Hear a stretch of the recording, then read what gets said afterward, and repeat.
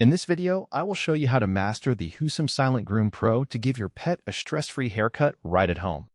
This device is a total game changer because it combines powerful clipping with a built-in vacuum to catch all that messy fur before it hits your floor.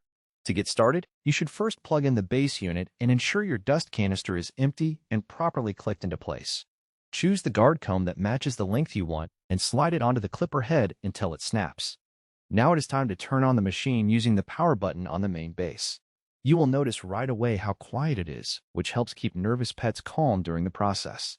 Start by grooming your pet in the direction of hair growth using slow and steady strokes. The vacuum suction will automatically pull the cut hair through the hose and into the storage bin, so you do not have to worry about cleaning up a massive pile of fur later. If you encounter thick mats, just take your time and let the ceramic blades do the work without pressing too hard against the skin. Once you finish clipping, simply detach the canister and press the release button to empty the debris into the trash.